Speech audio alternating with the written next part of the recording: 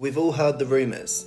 It's hard to make friends in Sweden. Yes, whether you like it or not, and whether you think it's fact or you think it's fiction, you can't deny that there's this rumour that exists. The rumour that when you first move to Sweden, it can be really tough to make new friends. In fact, it's probably one of the most popular topics I get asked in the comments on my videos or across my various different social media channels, from people that are thinking about moving here to Sweden, but they're put off a little bit because they've heard it can be really tough to make new friends here. And then at the same time, if you're Swedish yourself, you're probably watching perplexed, thinking, is it really that much harder to make friends here than anywhere else? Where does that come from? So I decided that it was high time that I dug into this rumour and answered once and for all, is it really as hard to make friends in Sweden as you've heard? So let's get into it.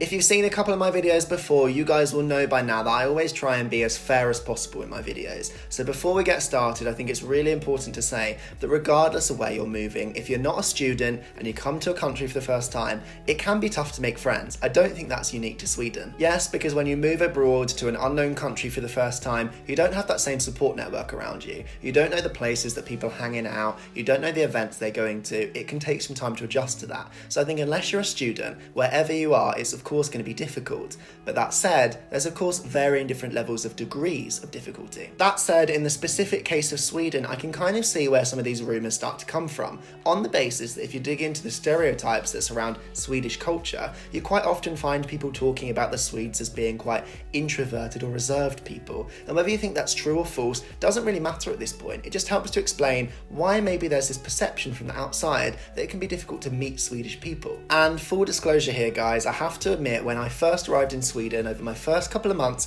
I also got the impression that maybe it was quite difficult to meet Swedish people and to make Swedish friends. And I had the added advantage that, of course, my girlfriend is Swedish, so I had that kind of entry point into the culture. And as I've said in previous videos, I don't live in one of the 3 biggest cities here in Sweden, so I think that means you have to work even harder to make friends, because there's not so many social activities and opportunities as there would be in a Gothenburg or a Malmö, for example. So if I'm being honest with you guys, I remember myself thinking, I'm putting myself out there, I'm going to events every night of the week, I'm going to anything I can find on any website, and I'm still not making Swedish friends. So maybe these rumours are true. I can recall several occasions where I threw myself into situations that I probably wouldn't have done previously when I was back in England, where I went to clubs and activities that aren't really related to my hobbies and interests, just to try and meet with people and just try and make friends, and I still wasn't finding it as easy as I expected it to be. Don't get me wrong, I was making friends. All I'm saying is that the common theme here was that the people that I was meeting were also international people who were in a similar or a like-minded situation to me. Maybe they come over here to work,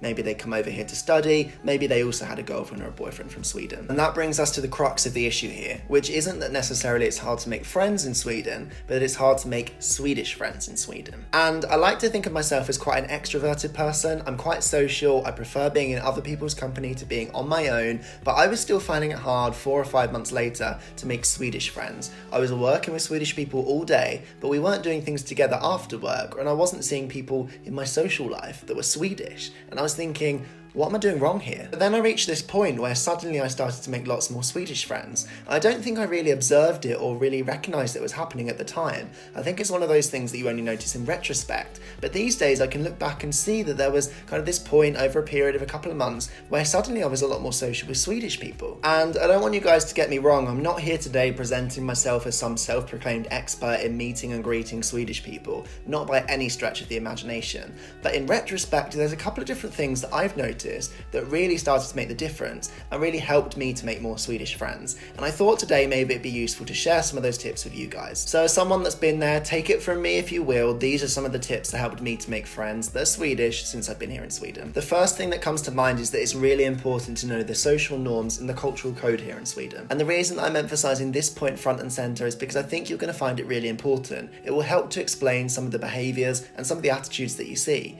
And if you're not used to them, or it's different in the country that you're from, perhaps you won't really understand why things are happening the way they are. I know that was true for me at least. Things like the Swedes tend to be quite modest, culturally speaking at least. So if you come in and you're really brash and show off and you talk about your achievements, you want to brag about the life that you live, it's not going to gel very well with the social atmosphere. Similarly, if you're from a country where it's quite common that you make friends with your neighbours, don't be surprised if you're facing an uphill battle if you try and make friends with people in the stairwell on the way outside of the building. Equally, in Sweden, when you meet someone out on the streets, you run into them and you have a couple of minutes where you exchange some pleasantries. If the conversation ends with, we should take a fika sometime soon, or you should come over for a games night. Unless you know them super well, that's probably just a pleasantry. It's not intended that they're going to follow up on that. And that's not to say that there won't be exceptions. Of course, this is a generalization, and of course there will always be some people that do mean it and will follow up on it. But bear in mind that if it's somebody that you think you've got a bit of a blossoming friendship with and you want to follow up on it, there's no reason not to. Drop them a message, and if they really want to hang out, I'm sure they'll tell you. In fact, I would go as far as to say it's important to point out that lots of Swedes have very long-standing friendships. You hear lots of stories about people that have met their best friends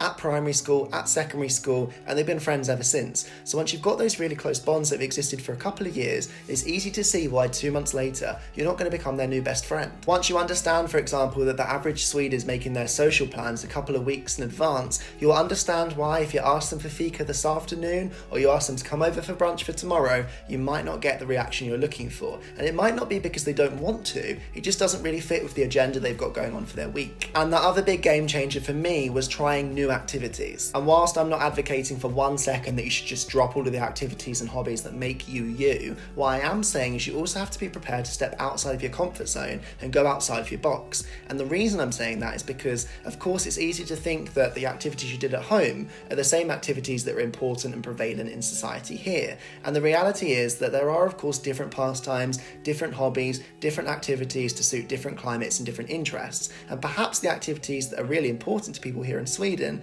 are different to the ones that you were used to back at home. And then you get this light bulb moment where you realise, actually, maybe people are meeting up and they are still social, but they're doing it in different environments to the ones that I'm used to where I'm from. And once that switch flips, you will realise that there are tons of different places to make friends here in Sweden. You just have to look in the spots that maybe you're not used to checking. So for example, here in Sweden, it's super popular to have lots of different sports associations, there's federations, interest groups, there's societies. Every BRF that you're living in will also have their own community group that come together and make the decisions for the building. So maybe you can even get involved in that. And I've mentioned this before in a previous video, but remember, the Swedes are super outdoorsy people in general. So one of the things you need to bear in mind is that lots of these activities that you're looking for maybe aren't based at your local gym. Lots of them will be outside. So you need to be looking at the places, for example, the local orienteering groups or the local running groups that take you outside, where all of the Swedes are coming together and they're hanging out multiple times a week. And perhaps that's an opportunity for you two to get involved. And my experience, at least, is that Swedes are very committed and loyal people. So expect also to have to show some commitment or some loyalty to the club or activity before you really form those bonds. You can't just go orienteering once and then expect you're going to be best mates with everybody that's there. You need to go regularly, on a regular basis, multiple times a week, show you're involved, and that's where you're going to make the friends. And like I said at the beginning of this video, it's super difficult to make friends wherever you are in the world once you're an adult. It's always going to be easier when you're a student or when you're a teenager. So it's not really any surprise that the people that you meet at most of these events tend to be people that are in a similar position to you, because they've come from abroad and they're looking to make friends and integrate. They're looking to start again.